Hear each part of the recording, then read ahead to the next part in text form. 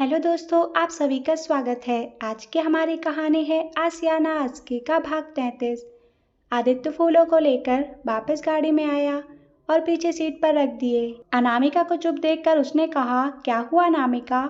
ऐसा क्यों होता है? इतनी ठंड में भी इतने छोटे छोटे बच्चों को काम करना पड़ता है। अनामिका ने उदास होकर कहा। तो आदित्य अनामिका को समझाते हुए कहा, अनामिका तुम बहुत ज़्यादा सोचती हो। शहर के हर कोने में तुम्हें ये देखने को मिलेगा, तुम सबकी मदद नहीं कर सकती। पर हमें बहुत दुख होता है जब हम इन्हें देखते हैं। भगवान ने हम इंसानों के साथ ये भेदभाव क्यों किया है? सिग्नल ग्रीन हो चुका था। आदित्य ने गाड़ी आगे बढ़ा दी और कहा, दुनिया बनाने वाले ने कोई भेदभाव नहीं किया है, ये हम लोगों ने बनाया है। प्रैक्टिकली दुनिया है अनामिका। यहाँ हर कोई सबसे पहले अपने बारे में सोचता है, फिर दूसरों के बारे में। अनामिका को आदित्य की बात समझ आ रही थी। उसने महसूस किया कि वो खुद अभी किसी और पर निर्भर थी। वह दूसरों की मदद कहाँ से करती? आदित्य ने अनामिका को उदास देखा तो उसका हाथ प्यार से अपने हाथ पे लेकर कहा, इन लोगों के लिए जरूर हम कुछ न कुछ करेंगे, वो भी मिलकर। आदित्य की बात सुनकर अनामिका मुस्कुरा दी तो आदित्य को चैन आया। उसने गाड़ी की स्पीड थोड़ी बढ़ा दी और आगे जाकर गाड़ी को बड़ी सड़क की ओर मोड़ दिया। घर तो उस तरफ है, आप इधर क्यों जा रहे हैं? कुछ जरूरी काम याद आ गया, आदित्य ने कहा और जेब से फोन निकालकर किसी को फोन करने लगा। कुछ ही देर बाद दोनों एक ऑफिस के सामने पहुंचे और नीचे उतरकर अंदर आए। आदित्य ने अंदर आकर रिसेप्शन पर किसी के बारे में पूछा और फिर अनामिका के साथ अंदर चला आया। अनामिका को सोफे पर बैठने को कहा और कुछ सामने टेबल के उस पार कुर्सी पर बैठे आदमी की ओर चला गया। आदित्य से उसने बड़े ही गर्मजोशी से हाथ मिलाया और दोनों आपस में कुछ बातें करने लगे जो कि अनामिका को साफ सुनाई नहीं दे रही थी। वह सोफे पर बैठी पास ही रखे एक्वेरियम को देख रही थी जिसमें सुनहरी मछलियां तैर रही थीं। अनामिका को उन्हें देखना बहुत अच्छा लग रहा था। आदमी ने आदित्य से कुछ बातें की और फिर एक बड़ी सी फाइल उसे थमा दी, साथ में एक लेटर भी। आदित्य ने एक बार फिर उससे हाथ मिलाया और अनामिका के पास आकर कहा, चले अनामिका, वो मछली कितनी सुंदर है ना? अनामिका ने आदित्य की बात से बेखबर कहा, हाँ आप चलें। कहते हुए आदित्य उसे लेकर बाहर चला आया। आपका काम हो गया? अनामिका ने सवाल किया। हाँ, अभी एक काम और बाकी है, बैठो बताता हूँ। आदित्य ने अनामिका के लिए गाड़ी का दरवाजा खोलते हुए कहा। दोनों वहां से निकलकर एक ट्रेवल्स वाले के पास पहुंचे। वहां से आदित्य ने टिकट्स लिए और गाड़ी में आ बैठा। अनामिका हैरान थी, उसे अब भी कुछ समझ नहीं आ रहा था। उसने आदित्य से कहा, आप कहीं जा रहे हैं? मैं नहीं, भाई और भाभी अपने हनीमून पर। मेरी वजह से वो अपनी शादीशुदा जिंदगी ठीक से शुरू भी नहीं कर पाए, इसलिए छोटा सा तोहफा उनके लिए। हमें लगा आप कहीं जा रहे हैं। तुम्हें छोड़कर कहाँ जाऊंगा?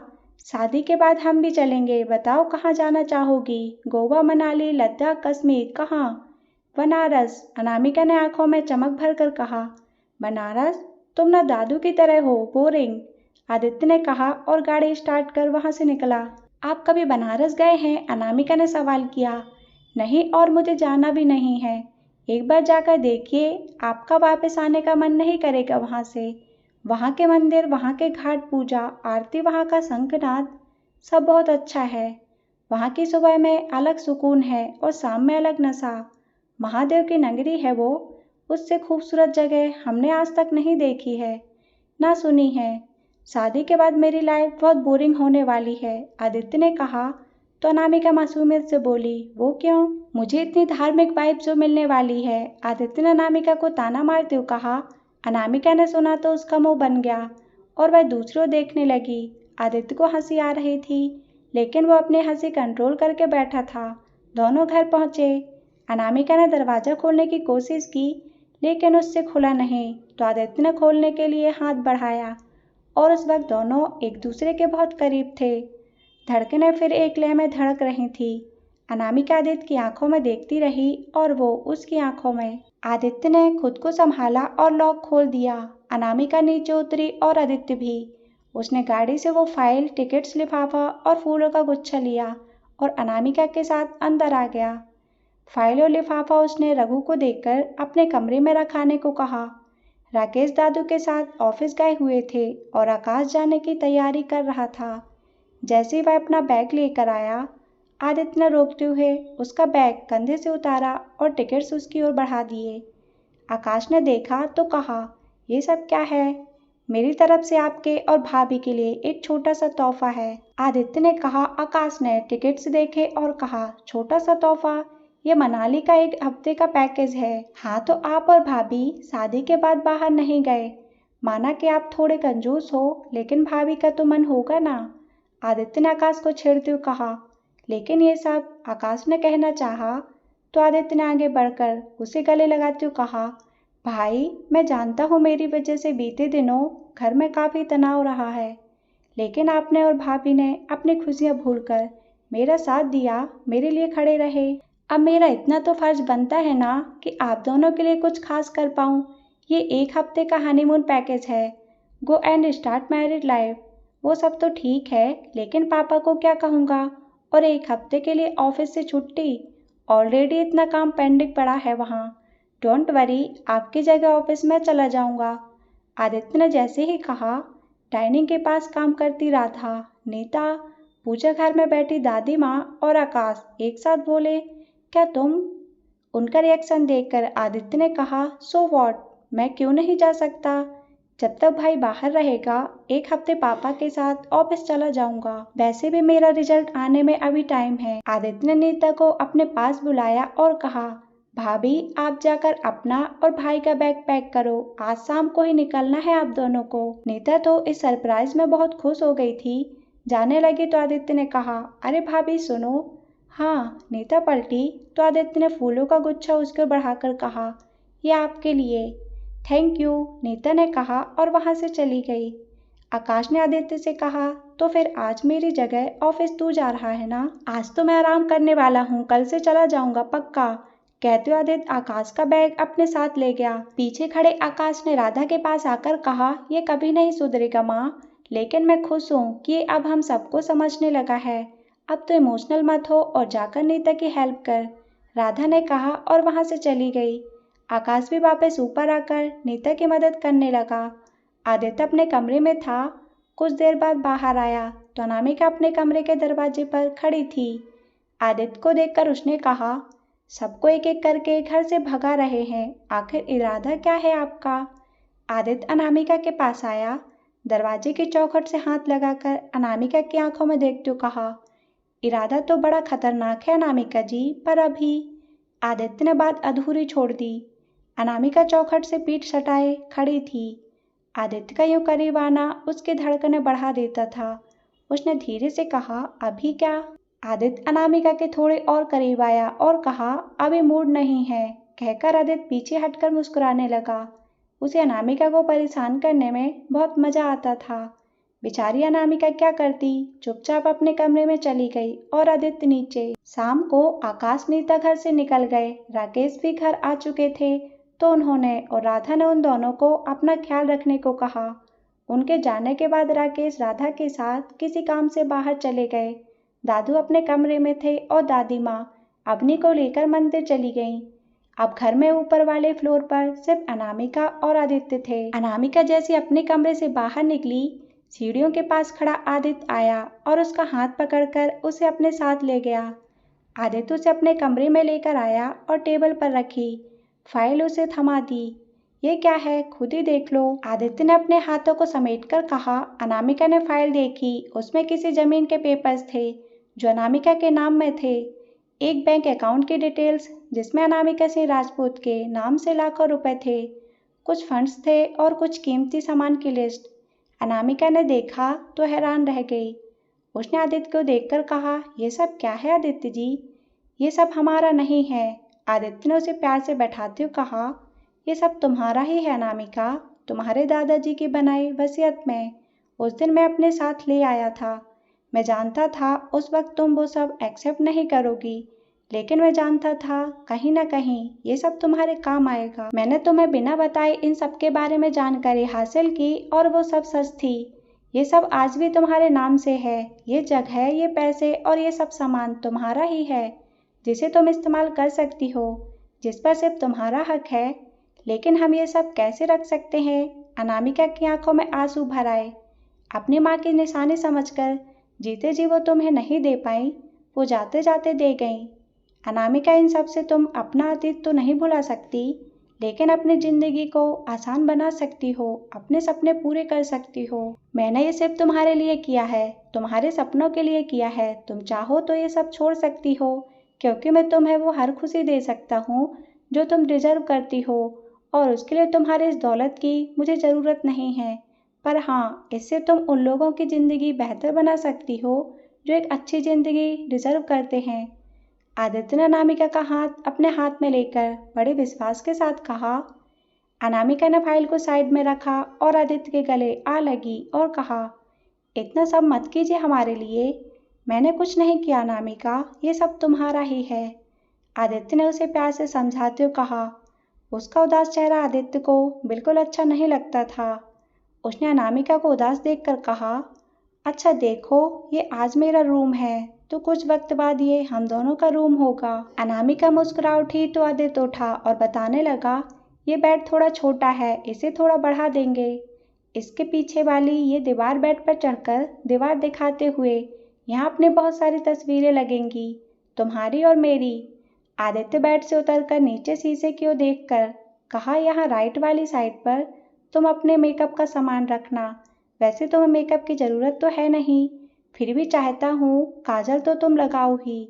और राइट साइड में इसलिए because women's are always right. Anamika उसकी बातें सुनते हुए मुस्कुरा रही थी। आदित्य बोलते हुए कबर्ड के सामने आया और जैसे ही खोला, अंदर रखे सारे कपड़े बाहर आ गिरे।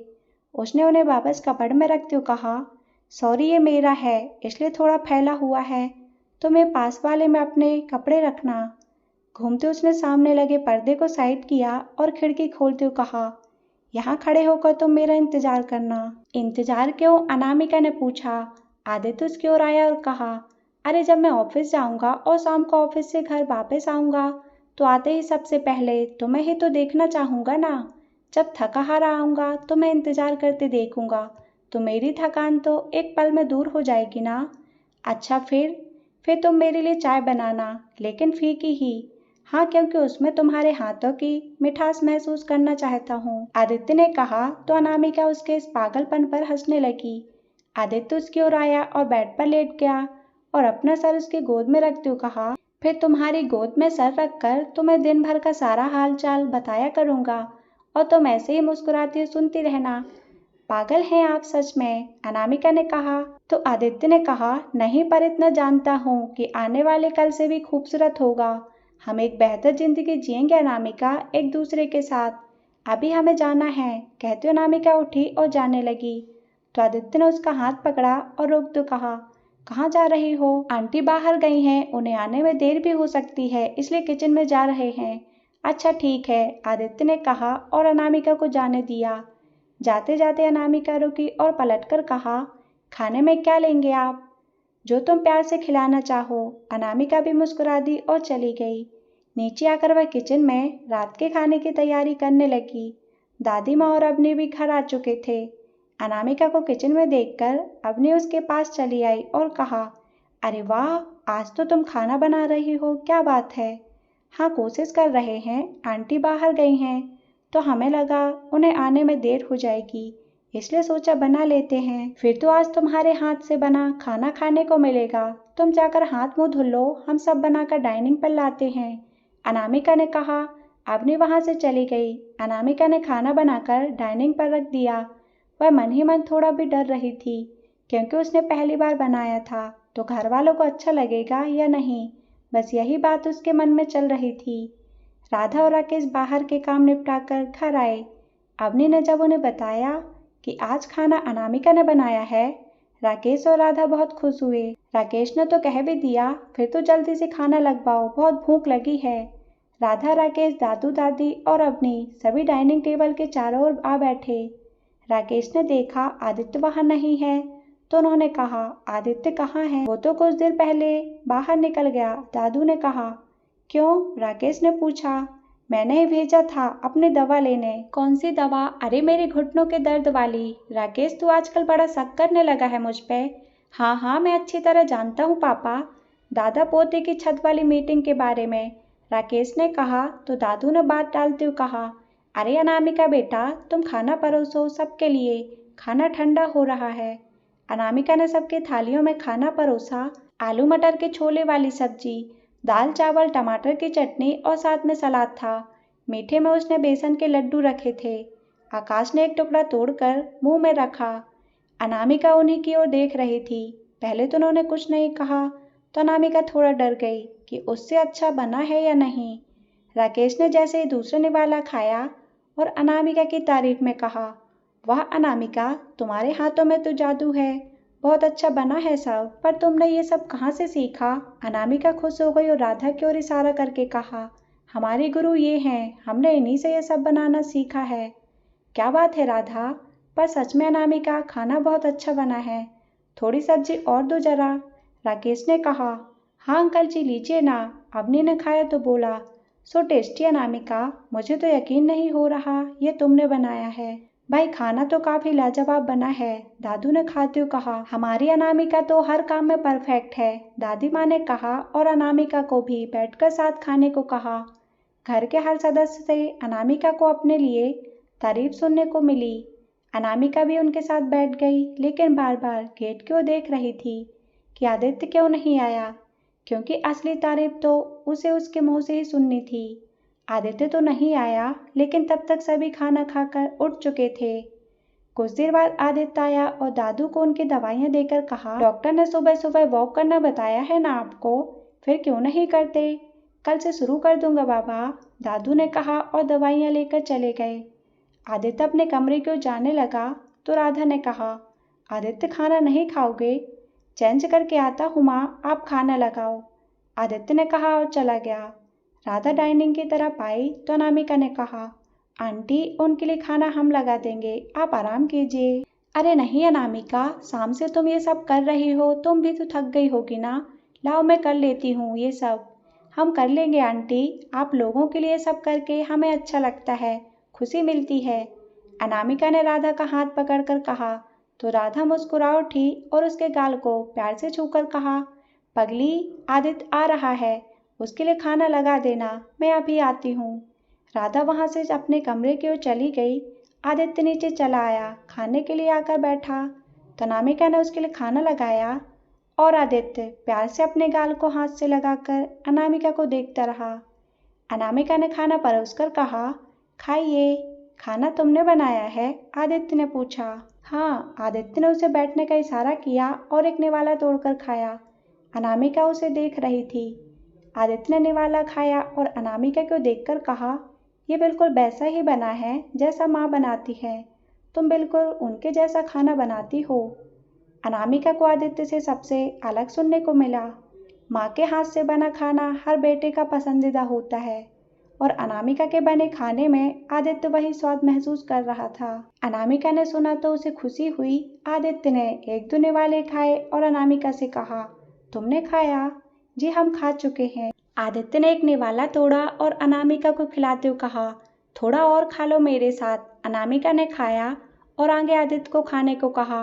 खाना खाकर आदित्य ने कहा, सुबह मुझे पापा के साथ ऑफिस जाना है, तो सुबह की चाय मेरे लिए तुम बनाओगी। आदित्य ने इतने हक से कहा कि अनामिका मना नहीं कर पाई और बर्तन उठाकर किचन की ओर चली गई। आदित्य अपने रूम में आया। उसने फाइल के साथ जो लिफाफा लिया था उसे खोला, उसमें कुछ नंबर्स और एड्रेस थे। आदित्य उन पर काम करने लगा। अनामिका अवनी के साथ अपने कमरे में सोने चली आई। बिस्तर पर लेटते ही उसे नींद आ गई। इन दिनों उसे कोई टेंशन नहीं थी, वक्त काफी अच्छा गुजर रहा था। आदित्य सुबह जल्दी उठ गया, नहाकर तैयार हुआ और नीचे चला आया। डाइनिंग के पास टेबल पर आकर बैठते उसने आवाज लगाई, अनामिका मेरी चाय कहाँ है? जी अभी लाए, अनामिका ने किचन से ही आवाज दी। जैसे वह चाय लेकर आई, आदित्य तो बस उसे ही देखता रह गया। पटियाला सूट उसने नहाने के बाद पहना हुआ था। उसने बालों को समेटकर क्लेचर लगाया हुआ था, माथे पर एक छोटी काली बिंदी और गले में दुपट्टा। उसने आदित्य के सामने चाय रखी और जैसे ही जाने लगी, आदित्य ने उसका हाथ पकड़कर कहा, तुम आजकल कुछ ज्यादा ही खूबसूरत नहीं लगने लगी हो अनामिका। सुबह सुबह मस्ती, कहते हुए अनामिका अपना हाथ छुड़ाकर चली गई। आदित्य मुस्कुरा उठा और चाय पीने लगा। कुछ देर बाद ही राकेश भी चले आए। राधा ने आदित्य और राकेश के लिए नाश्ता लगाया। राकेश ने आदित्य को सुबह सुबह तैयार देखा तो कहने लगा, आदित्य कहीं बाहर जा रहे हो बेटा? आपके साथ ऑफिस? क्या? राकेश ने हैरानी से पूछा। डोंट वरी पापा, जब तक भाई नहीं है सिर्फ तब तक, उसके बाद आपका ऑफिस आपको ही मुबारक। राकेश को हैरानी के साथ साथ खुशी भी हुई कि आदित्य धीरे धीरे जिम्मेदारियां समझने लगा है। राकेश ने नाश्ता किया और उठते हुए कहा, ठीक है फिर तुम बाइक से आ जाना, मैं गाड़ी लेकर निकल रहा हूँ। मुझे शर्मा जी से भी मिलना है किसी मीटिंग के सिलसिले से। ठीक है पापा। राकेश चले गए। आदित्य ने नाश्ता किया, वापस अपने कमरे में आया, बैग और जरूरी सामान उठाया और वापस नीचे चला आया। जैसे ही वह जाने लगा, अनामिका किचन से दौड़कर आई। उसके हाथ में टिफिन था। उसने गेट पर आदित्य को रोका और टिफिन देते हुए कहा, इसमें आपका लंच रखा है, खा लीजिएगा। आदित्य ने अनामिका से टिफिन लिया और उसके थोड़ा करीब आकर कहा, आजकल आप मेरा बड़ा ध्यान रख रही हैं अनामिका जी। कहीं ऐसा ना हो ऑफिस के पहले ही दिन मुझे छुट्टी लेनी पड़े। ऐसा कुछ नहीं होगा, आप जाइए, अनामिका ने कहा और अंदर चली आई। आदित्य भी मुस्कुराते हुए अपनी बाइक की ओर आया और स्टार्ट करके ऑफिस के लिए निकल गया। आकाश के जाने के बाद आदित्य के कंधों पर एक नई जिम्मेदारी आ चुकी थी। आदित्य ऑफिस के लिए निकल चुका था। जैसे ही ऑफिस पहुंचा, सभी उसे देखकर हैरान थे, क्योंकि आज से पहले आदित्य ऐसे फॉर्मल ड्रेस में ऑफिस तो नहीं आया था। आकाश की सेक्रेटरी वंदना उसके पास आई और कहा, सर आप यहाँ? हाँ भाई, एक हफ्ते के लिए बाहर गए हैं, काम मैं देखूंगा। तुम सॉरी, आप उनके जाने के बाद आप उनका काम देख रही थी ना, तो चलकर मुझे उनका केबिन और काम समझा दीजिए। जी सर, आइए, कहकर वंदना आदित्य के साथ आकाश के केबिन में चली आई। उसने आदित्य को आकाश का काम और कुछ पेंडिंग फाइल्स दी। सारा काम समझाकर जैसे ही वंदना जाने लगी, आदित्य ने कहा, अनामिका मेरे लिए एक कप कॉफी भिजवा दोगी प्लीज? वंदना चौंक कर पलटी और आदित्य से कहा, सर मेरा नाम वंदना है। ओह आई एम सॉरी। वंदना, आप एक कप कॉफी भिजवा देंगी प्लीज? जी सर, कहकर वंदना मुस्कुराते हुए वहां से चली गई। आदित्य ने फाइल अपने सर पर दे मारी। अनामिका के प्यार में वो इतना खो चुका था कि अब हर किसी के लिए उसके मुंह से अनामिका ही निकल रहा था। आदित्य ने काम पर ध्यान दिया, काम करने लगा। पियोन कॉफी रखकर चला गया। ऑफिस में घूमते राकेश की नजर आदित्य पर पड़ी।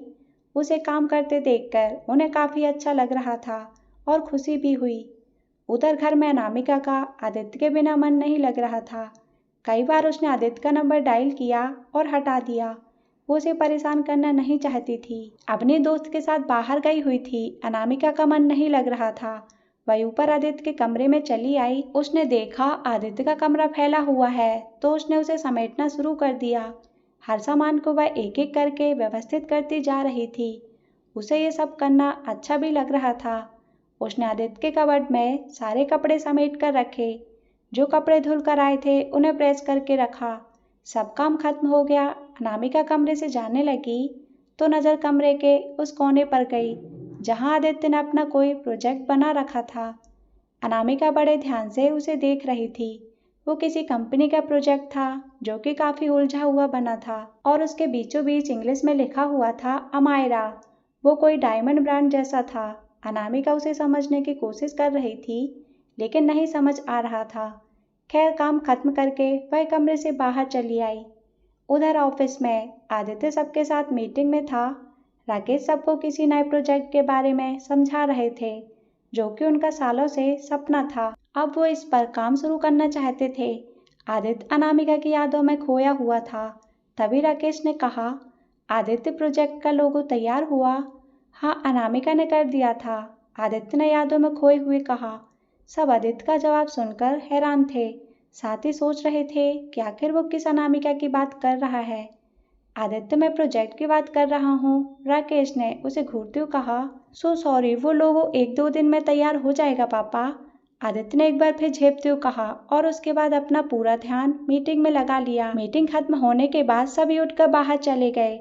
आदित्य ने अपना लैपटॉप और फाइल को समेटा और जैसे ही जाने लगा, राकेश ने कहा, पहला दिन है बेटा, काम का इतना लोड मत लो दिमाग पर, क्या अनामिका और प्रोजेक्ट में अंतर भी ना कर पाओ। सॉरी पापा, इट्स ओके, शाम को मिलता हूँ, कहकर राकेश अपनी फाइल के साथ वहां से चले गए। आदित्य केबिन में आया और अनामिका को फ़ोन लगाया। हेलो, पता है आज क्या हुआ? क्या हुआ? आदित्य ने सुबह कॉफ़ी वाली बात से लेकर मीटिंग वाली बात अनामिका को बता दी तो अनामिका जोर जोर से हंसने लगी। उसे हंसता देख आदित्य ने चिढ़ते हुए कहा, तुम भी मेरा मजाक उड़ा रही हो? अरे नहीं नहीं, हमें बस आपकी बातों पर हंसी आ रही। आप वहाँ हैं, लेकिन आपका मन तो अभी तक घर में अटका पड़ा है। क्या अनामिका तुम भी? पापा प्रोजेक्ट के लोगों के बारे में पूछ रहे थे और मैं बेवकूफ़ों की तरह उन्हें तुम्हारा नाम बता रहा था। अमायरा यही नाम है ना? अनामिका ने सहजता से पूछा। तुम्हें कैसे पता? वेट, तुम मेरे रूम में गई थी? आदित्य ने हैरानी से पूछा। सॉरी, लेकिन घर में अकेले मन नहीं लग रहा था तो हमने आपका रूम साफ कर दिया। काफ़ी फैला हुआ था वो। बस उसी वक्त आपके उस प्रोजेक्ट को देखा था। आपको बुरा लगा हो तो आई एम सॉरी। बुरा नहीं लगा, बल्कि अच्छा लग रहा है। तुम मेरे लिए सब कर रही हो और वो प्रोजेक्ट पापा का सपना है जिसे मैं और भाई पूरा करना चाहते हैं। पापा के लिए वो सबसे बड़ा सरप्राइज होगा। ये तो बहुत खुशी की बात है। आप ज़रूर कामयाब होंगे। Thank you miss Rajput. खाना खाया था आपने? हाँ, बहुत अच्छा था। उसके लिए भी थैंक यू। अभी आप काम कीजिए, हम नीचे जा रहे हैं। बाय, जल्दी आना। आय हाय, अब तो शाम का इंतज़ार करना पड़ेगा मुझे। अनामिका हंसने लगी और फ़ोन काट दिया। फ़ोन रखकर वह कमरे से बाहर आई। दोपहर के 3 बज रहे थे। अनामिका नीचे चली आई दादी माँ के कमरे में और उनके पास बैठकर बातें करने लगी। शाम को आदित्य आया तो काफ़ी थका हुआ था। ऑफिस का पहला दिन और उस पर इतना काम। अब उसे समझ आ रहा था कि आकाश और पापा के कंधों पर कितनी जिम्मेदारियां थीं। आदित्य फ्रेश होकर नीचे चला आया। राधा ने खाना लगाया। खाना खाने के बाद वह सीधा अपने कमरे में आकर लेट गया। लेटते ही नींद आ गई। अनामिका कुछ देर बाद ऊपर आई। कमरे का दरवाज़ा खुला देखकर वह आदित्य के कमरे में आई। आदित्य सो चुका था। अनामिका उसके पास आई, नीचे गिरा कंबल उठाया और आदित्य को ओढ़ा दिया। कमरे की लाइट बंद कर वह अपने कमरे में चली आई। आदित्य से उसकी कुछ बात नहीं हो पाई। अगली सुबह से फिर वही रूटीन चालू हो गया। आदित्य का डाइनिंग टेबल पर आकर अनामिका से चाय मांगना, नाश्ता करना और ऑफिस चले जाना। अनामिका और आदित्य की इस वजह से अब बहुत कम बातें हो पाती थीं, लेकिन अनामिका खुश थी आदित्य को मेहनत करते देखकर। देखते देखते एक हफ्ता गुजर गया। आकाश और नीता के वापस आने का टाइम हो चुका था, लेकिन राधा ने बीच में ही उन्हें सिद्धिविनायक जाकर माथा टेक कर आने को कहा, जिससे वे लोग 2 दिन के लिए वहीं रुक गए। आदित्य को जब तक ऑफिस का काम समझ भी आने लगा था। राकेश उसकी मेहनत से खुश थे, लेकिन दिन में 1-2 बार वह वंदना को अनामिका के नाम से पुकार ही लेता था।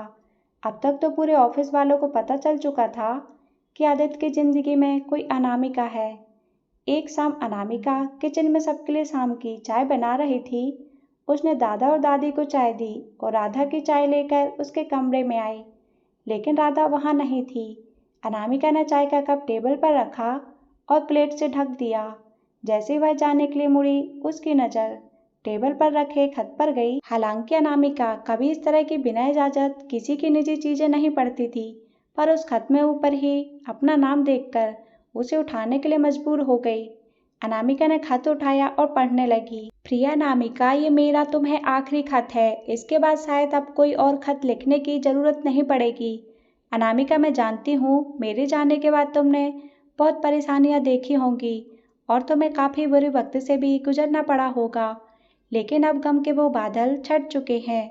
मैं तुम्हें एक मजबूत और महफूज हाथों में सौंपने जा रही हूँ। हाँ अनामिका, और वो मजबूत हाथ हैं मेरी सहेली राधा राकेश व्यास। तुम्हें जानकर हैरानी होगी कि जिस घर में तुम इस वक्त रह रही हो वो घर मेरी सहेली का है। हाँ अनामिका, राधा और मैं कॉलेज में साथ पढ़े हैं। वहीं मेरी और राधा की मुलाकात हुई थी। मैंने अपने जीवन की अधिकांश बातें राधा से बांटी है। उसने हमेशा अच्छे बुरे वक्त में मेरा साथ दिया है और आज भी दे रही है। इसके बाद खत खाली था। अनामिका की आंखों से आंसू टपक कर खत पर आ गिरे। उसके हाथ कांप रहे थे। उसे एक धक्का सा लगा कि आज से पहले जितने भी खत उसे मिले हैं वो उसकी माँ ने नहीं बल्कि राधा ने लिखे थे। अनामिका भूत बने उस खत को देखती रही। वो समझ नहीं पा रही थी कि आखिर राधा ने उससे ये सब बातें क्यों छुपाईं।